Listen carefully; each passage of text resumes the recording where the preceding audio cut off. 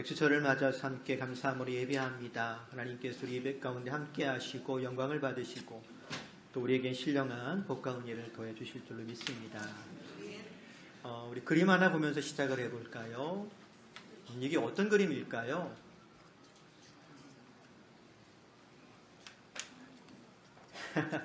제목 없이 그냥 보여주니까 좀 이상하긴 한데 누구 닮았어요? 전혀 상상이 안 되는 것 같은데 그렇죠? 사실 이 그림은요 우리 누가복음 18장에 기록되어 있는 기도하러 성전에 올라온 바리새인과 세리를 비유한 사건을 소개한 그림입니다. 그럼 누가 바리새인이겠어요? 여러분 보시기에 왼쪽이요 오른쪽이요? 오른쪽이 세리고요. 왼쪽이 바리새인이에요. 네. 그림의 출처는 제가 못 찾았어요. 누가 그린 건지 모르겠는데 아무리 검색해도 나오진 않거든요. 어쨌든 그 그림, 이런 그림인데 바리새인이 예수님 비유 가운데 성전에 올라가서 기도합니다. 어떻게 기도하느냐? 하나님, 나는 다른 사람들과 같은 죄인이 아닙니다. 더욱이 저기 있는 세관원과 같은 죄인이 아닌 것을 얼마나 감사한지요. 나는 절대로 남의 것을 강제로 빼앗은 일도 없고 가늠한 일도 없습니다. 나는 한 주일에 2번씩 금식을 하고 내가 얻은 모든 것의 11조를 하나님께 드리고 있습니다. 반면에 세리는 어떻게 기도했지요? 그런 사람들과 함께 있다라고 하는 것도 마음에 미안하고 불편해서 멀찍이 서서 하늘을 바라보며 가슴을 치며 눈물을 흘리며 이렇게 기도했더랍니다. 하나님, 이 죄인을 불쌍히 여겨주십시오. 근데 주님은 바리새인과 세리 두 사람 가운데 어떤 사람이 의롭다 인정하심을 받고 집으로 돌아갔다라고 말씀해 주십니까? 바리새인이에요? 세리예요? 세리라고 말씀해 주세요. 즉 세리의 기도를 하나님께서 받으셨다라고 말씀해 주십니다. 여기서 생각해 봅니다. 그저 입으로 감사합니다라고 했다고 그래가지고 그것이 하나님께서 받으실 만한 감사가 아니라고 하는 것을 배웁니다. 그렇다면 과연 하나님께서 받으실 만한 감사는 어떤 마음으로 드리는 감사일까요? 다른 것 아니겠지요. 겸손한 마음으로 드리는 감사일 겁니다. 오늘 저와 여러분이 감사주의를 맞아서 함께 예배하고 있습니다. 그래서 생각해 봅니다. 지금 우리는 어떤 마음으로 주 하나님께 감사하고 있는지요. 나의 마음이 예배하는 나의 태도를 통해서 나타나겠습니다만 성령께서 우리 마음을 다스리시고 우리 마음을 지키사 감사함으로 드리는 우리 예배가 하나님께서 기쁘시게 받으실 만한 예배가 되고 또 하나님께 옳다 인정받는 저와 여러분 될 수 있기를 주의 이름으로 축복합니다. 오늘 저와 여러분은 시편 87편을 함께 읽었습니다. 특별히 표제어에 보면 고라 자손의 시 곧 노래라고 기록하고 있습니다. 시편 속에는 모두 11편의 고라 자손의 이름으로 된 시가 있는데요. 그 가운데 87편은 10번째 시입니다. 성경사전을 찾아보면 고라라고 하는 인물을 이렇게 소개합니다.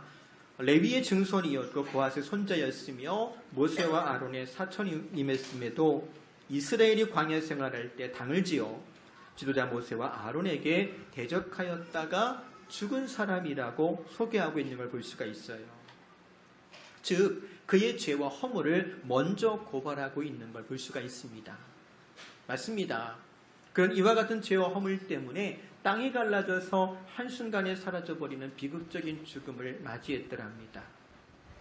근데요, 고라가 이렇게 당을 지어서 반역할 때 모세가 그에게 한 말이 있습니다. 민수기 16장 9절에 보면 이스라엘의 하나님이 이스라엘 회중에서 너희를 구별하여 자기에게 가까이 하게 하사 여호와의 성막에서 봉사하게 하시며 회중 앞에 서서 그들을 대신하여 섬기게 하심이 너희에게 작은 일이겠느냐?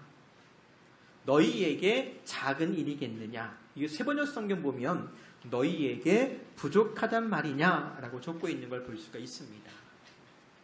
결국 고라는요, 어떤 이유로 반역을 꾀하다가 결국 비참한 죽음을 맞이했다라고 할 수 있느냐? 그는 자족하지 못했고요, 감사하지 못했기 때문이랍니다.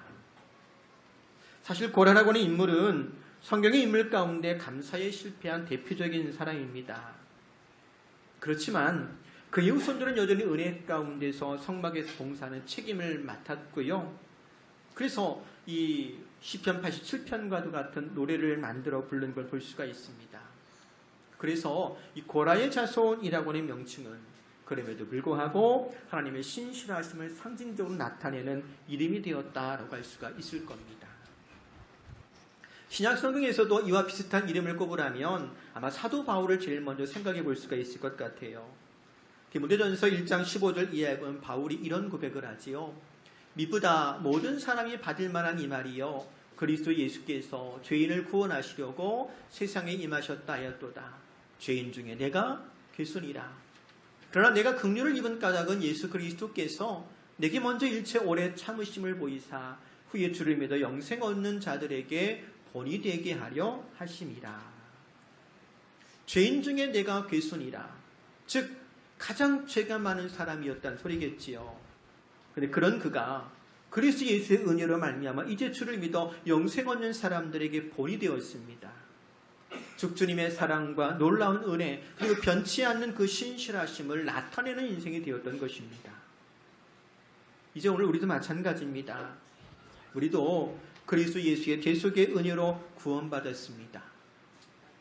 혹이라도 우리에게 자랑할 것이 있다면 나를 변하여 새롭게 하신 그리스도 예수밖에 없는 줄로 믿습니다. 그래서 우리는 그리스도인이에요. 우리의 이름이 그리고 우리의 존재가 오직 사랑과 은혜가 많으신 주님을 자랑하며 주님의 신실하심을 증거하는 그런 이름이요 존재가 될 수 있기를 바랍니다. 어떻게 해요? 어떻게 하면 나의 삶과 나의 존재가 그리스도의 은혜와 사랑을 나타내고 주 하나님의 신실하심을 증거하는 삶이 될 수 있을까요? 무엇보다도 여러분 날 구원하신 하나님께 먼저 감사할 수 있기를 바랍니다. 우리가 늘 암송하는 말씀이 있지요. 데살로니가전서 5장 16절 이하에 보면 이렇게 적습니다. 같이 읽을까요? 항상 기뻐하라, 쉬지 말고 기도하라, 범사에 감사하라. 이것이 그리스도 예수 안에서 너희를 향하신 하나님의 뜻이니라. 하나님의 뜻이래요. 즉, 저 하나님께서 그리스도 예수의 대속의 은혜로 우리를 구원하신 이유는 우리로 범사에 감사하게 하기 위함인 줄로 믿습니다.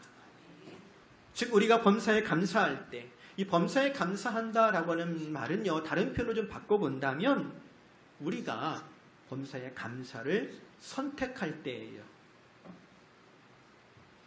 오스트리아 출신의 유대인입니다. 세계 2차 대전 때에 그 악명 높은 아우슈비츠 수용소에서 살아남았던 심리학자 빅터 플랭클이라는 사람이 있습니다. 이 사람이 이런 말을 했더라고요. 한 인간에게서 모든 것을 빼앗아 갈 수 있지만 한 가지 자유는 빼앗아 갈 수 없다. 어떠한 상황에 놓이더라도 삶에 대한 태도를 선택할 수 있는 자유를 빼앗아 갈 수는 없다. 모든 걸 다 빼앗긴다 치더라도 내가 끝까지 빼앗기지 않을 만한 것 하나가 있는데 그게 뭐라고요? 선택할 수 있는 자유예요. 여러분 어떤 환경과 어떤 형편에 처해 있든지 성전에 올라갔던 어떤 바리새인처럼 그것을 당연하다고 여기거나 또 하나님께서 허락하신 것을 고라처럼 부족하다고 생각하는 것 대신 감사를 선택할 때 우리의 존재는 그리스도 예수의 신실하심을 나타내고 증명하는 복 있는 인생이 되는 줄 믿습니다. 사람들은 어떻게 감히 감사할 수 있지라고 의아해할지 모르지만 우리는 임마누엘을 믿기 때문에 그럼에도 불구하고 감사를 선택합니다. 그러할 때 우리를 위하여 선한 일을 이루시는 주님의 신실하심을 경험하게 될 줄로 믿습니다. 두 번째로 우리는 하나님의 비전을 갖게 될 때 감사할 수 있습니다. 대부분의 시편이 그러하듯 우리가 시편 87편을 읽었습니다만 이 시도 그 기록한 시점이라든가 배경을 정확히 알 수는 없습니다. 다만 성경학자들은 내용을 통해서 추정하기를 이 시는 아마도 유다 백성들이 바벨론 포로 생활 가운데서 돌아왔을 때 지은 시로 이렇게 추정을 하고 있어요. 유다 백성들이 바벨론에 끌려갔다가 성전 재건이라고 하는 소망을 품고 다시 예루살렘으로 유대로 돌아왔더랍니다. 그런데 그때의 감격을 시편 6편 1절에 보면 이렇게 소개합니다. 여호와께서 시온의 포로를 돌려보내실 때에 우리는 꿈꾸는 것 같았도다. 너무나 좋아서 이게 꿈이야 생시야 정말 꼬집어보고 싶은 큰 감격 속에 기쁨 속에 그들이 바벨론 생활을 정리하고 예루살렘으로 유대로 돌아온 겁니다. 그렇지만 기쁨도 잠시, 그들의 현실은 참으로 냉혹했습니다. 예루살렘은 잿더미를 변해서 도저히 사람이 살 수 없을 정도로 황폐해져 버렸고요. 게다가 70년 동안 그 예루살렘과 유대 땅 지역을 점령하고 살고 있었던 이방 민족들 계속해서 방해하기 시작합니다. 게다가 당장 먹고 살아야 되는 현실적인 문제도 있습니다. 이러한 문제들 때문에 성전 공사는 간신히 기초만 닦아놓고 10수년 동안 중단되고 방치되고 말았더랍니다. 이처럼 본래 바벨론에서 위험을 무릅쓰고 예루살렘으로 올라왔지만 성전 재건이라고는 목적을 상실하고 문제 앞에 그저 무기력함에 빠져있는 유다 백성들을 격려하고 다시금 그들에게 사명을 고취시키고자 부른 노래가 바로 이 시편 87편이라고 하는 거예요. 2절과 3절에 보면 이렇게 기록한 걸 보게 됩니다. 여호와께서 야곱의 모든 거처보다 시온의 문들을 사랑하시는도다. 하나님의 성이여 너를 가리켜 영광스럽다 말하는도다. 성경에서 집을 짓거나 성을 만들게 되어지면 제일 마지막 공적이 뭐냐면 문을 다는 겁니다. 문을 달아야 집의 기능을 하는 거고요. 문을 달아야 성이 성으로서의 어떤 기능을 할 수가 있는 거예요. 그래서 오늘 읽은 이 시편 87편의 2절과 3절만 읽어보면 마치 예루살렘 성이 다 재건되어 가지고요 완공된 것을 바라보고 있는 것처럼 보여요. 예루살렘 성전이 다 만들어져 가지고 그것을 기쁘게 바라보면서 시를 지어 노래를 부른 것처럼 보입니다. 그러나 사실 실상은 어떻더라고요? 아무것도 없어요. 말했잖아요. 바벨론 포로에서 돌아와서 성전을 건축하고 싶었지만 이러저러한 문제 때문에 그만 중단되고 말았더라고요.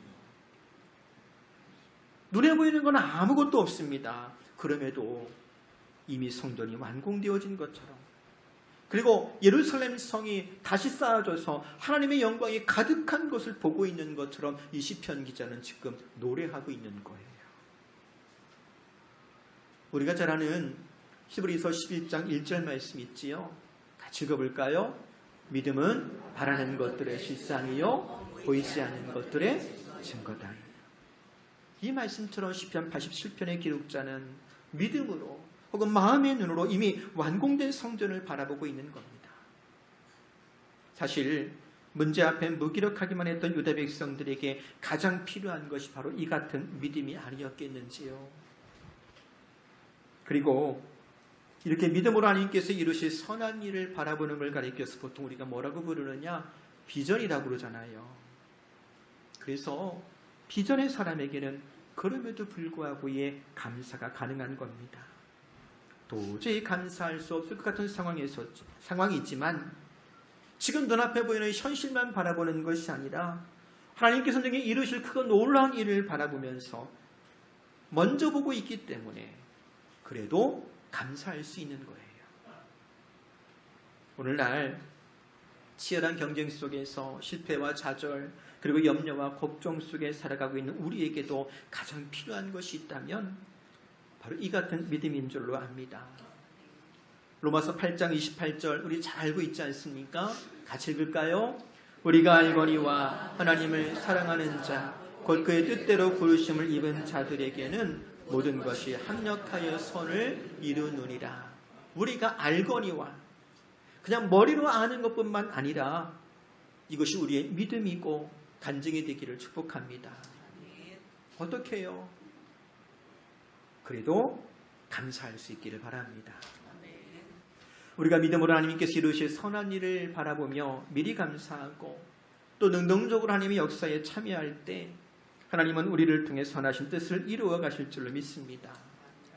보세요. 5절의 말씀 보면 이렇게 노래하지 않습니까? 시온에 대하여 말하기를 이 사람 저 사람이 거기서 났다고 말하리니 지존자가 친히 시온을 세우리라 하는도다. 하나님께서 친히 시온을 세우리라. 이 믿음의 고백대로 바벨론에서 돌아온 유대인들 총독 스룹바벨 시대에 끝내 성전을 다시 세웠고요.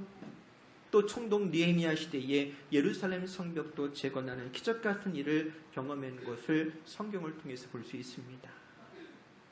그리고 이제 하나님께서 친히 시온을 세우리라고 하신 이 말씀은 그리스도 예수를 통하여 우리를 구원하시고 또 교회를 세워주심으로 우리에게도 성취된 말씀인 줄로 믿습니다. 그리고 이제 주님의 몸된 교회를 통해 만민을 구원하실 때 그 하나님의 선하신 계획이 예수님을 사랑하고 예수님을 전하는 우리 교회를 통해 이루어질 것을 믿습니다. 여러분 믿을 때 크게 찬송하며 감사하는 저와 여러분 되기를 다시 한번 주의 이름으로 축복합니다. 말씀을 정리합니다. 도저히 감사할 수 없을 것 같은 상황 가운데서도 감사를 선택할 때 믿음이 없는 사람들은 어떻게 감사할 수 있겠느냐고 물을지 모르지만 우리를 구원하시고 양의 문이 되시는 그리스도 예수를 인하여 그럼에도 감사할 수 있습니다. 또 우리는 비전의 사람입니다. 막막한 현실이나 답답한 상황을 바라보면서 불평하거나 원망하거나 혹은 근심하며 주저앉아 있기보다는 우리와 함께 하신 하나님, 우리를 통해 일하실 하나님, 하나님께서 이루실 크고 놀라운 일들을 바라볼 줄 아는 사람입니다. 그러니 먼저 감사할 수 있기를 바랍니다. 2025년 전방에 보내고 새로운 하반기를 맞이하는데요. 남은 시간 하나님께서 저와 여러분 우리 교회를 통해서 크고 놀라운 일들을 이루실 줄로 믿습니다. 그 놀라운 일들을 기대하며 감사하는 중에 주께 찬송이 되는 부평지일교회가 되기를 다시 한번 주의 이름으로 축복합니다. 기도하겠습니다. 하나님 고맙습니다. 우리를 구원하시고 날마다 임마누엘의 삶을 살아가게 하시니 고맙습니다. 또 우리를 통하여 하나님께서 그 놀라운 일들을 이루실 것을 기대할 때 먼저 감사합니다. 답답한 현실이나 아버지 하나님 문제 많은 상황을 바라보며 낙심하기보다는 우리가 주님을 바라보고 주님을 기대할 때 감사함으로 일어서게 하시고 주님께서 우리를 통해 이루실 그 놀라운 일들을 경험케 하여 주옵소서. 예수님의 이름으로 기도합니다. 아멘.